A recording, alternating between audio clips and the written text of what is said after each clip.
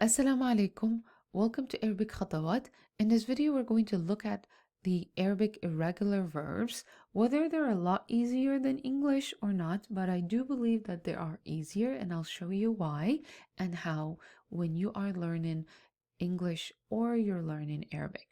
We'll use the exact same categories of verbs we included in the previous videos. That way you can have some concrete examples of what you have practiced before. The examples I have here from English, basically, when it comes to learning irregular verbs in English, you have to rely on memory and spelling practice.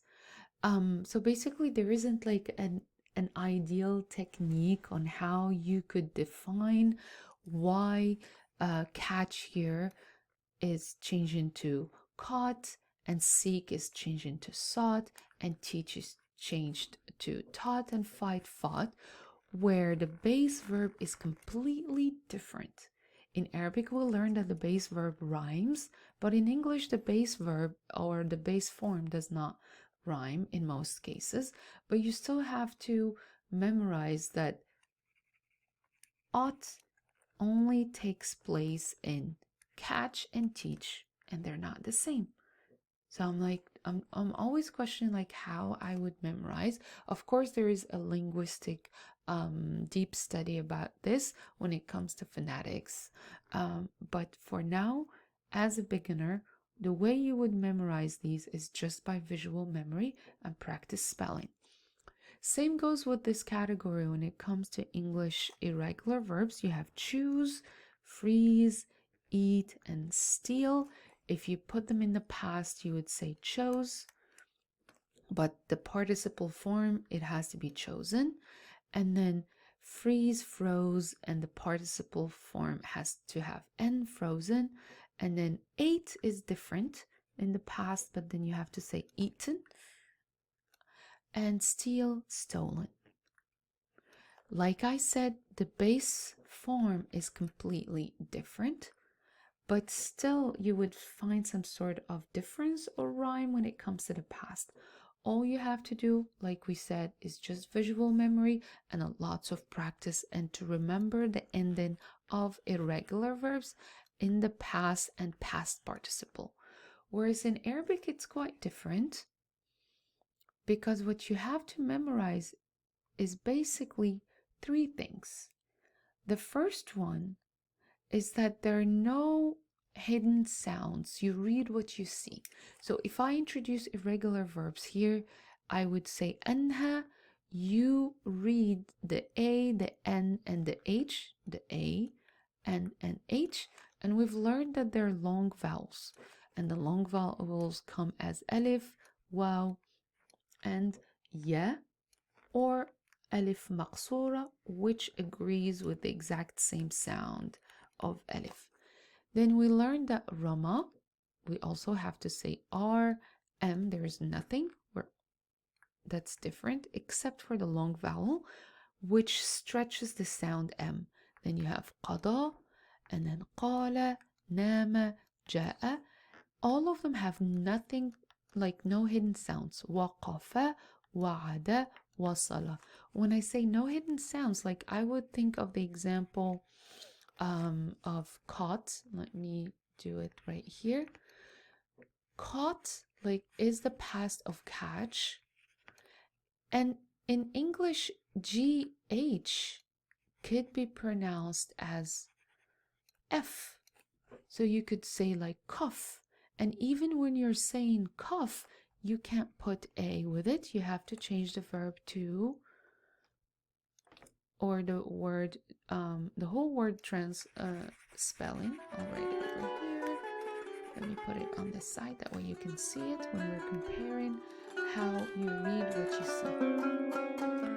So if you're doing catch, this is just for language learners to memorize. So this is not like a competition between which language is better, which language is not good, but just when it comes to memorizing, which one is a lot easier to memorize.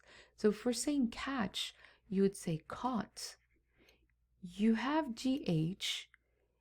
in some words it can be pronounced as F, but you cannot pronounce it as F in caught. So you can't say like coughed, coughed. You have to say caught. But if you're saying cough to cough, you have to say GH as F, but you don't pronounce or spell the word here with A. You would have different spelling. Here it comes with A and here it comes with O, and you would say cough, cough, but here you'd say caught, caught. So you don't pronounce the GH. This is just an example of how you have to read what you see in Arabic, so there are no hidden sounds similar to this example. I have a set of verbs over here, so like baraza, to appear, taraka, ثقب, حدث, حرس, حصد, حصل. All of these verbs, they're short and you can still read what you see. When you change it to the past, all you have to change is the short cases and you read what you see basically. If you have fatha on qaf, you read it as qa. If you have kasra on qaf, you read it as qi. You have dhamma on qaf, you read it as qu. Nothing different from this. You read what you see. When it comes to the second step on how you could memorize the verbs, they follow the exact same pattern. So we learned that there are forms, 10 forms, and you can easily group them. In the words we learned is wasala, waqafa, nama, ba'a.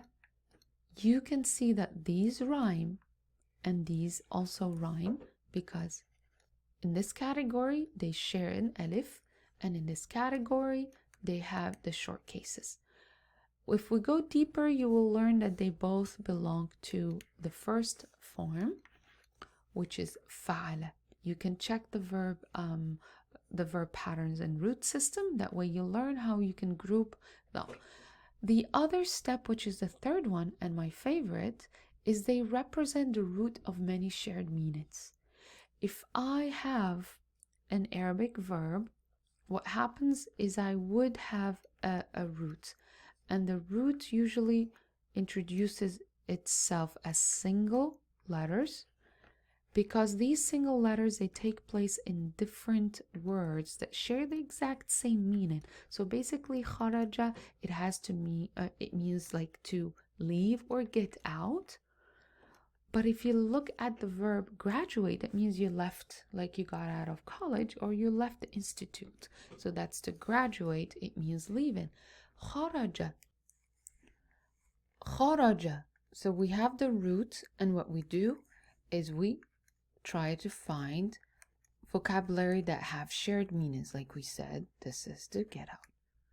So kharaja, the verb takharraja, takharraja, it means to get out, like we said, and then graduate, basically you leave, you get out of the institute. And then we have khuruj, exit. Khuruj, that's a word for exit or getting out, which is the noun. And then we have kharij, he's leaving. Kharij, which acts as an adjective. And then you have makhraj, which is another word for exit, like a place where to leave from, or a door. Makhraj, makhraj. All of these, they share the exact same meaning, but you would know how different they are from context. So basically the shared meaning would help you understand the context that has to do with somebody leaving something, or if it's a place, that means it's an exit. So that's how you would memorize the Arabic verbs compared to the English forms. Looking at all the examples we looked at today, basically we looked at how different and similar the verbs are. You can check irregular verbs in English, they follow a different format when it comes to the past and the past participle, whereas Arabic, it only has one past and you keep it as it is. ذهب, ذهبت, and you remember the verb conjugation. So thank you for watching, and if you have any questions regarding Arabic irregular verbs compared to English irregular verbs, you can place your questions in the comment section. So thank you for watching, and مع السلامة. Have a wonderful day. Assalamu alaikum.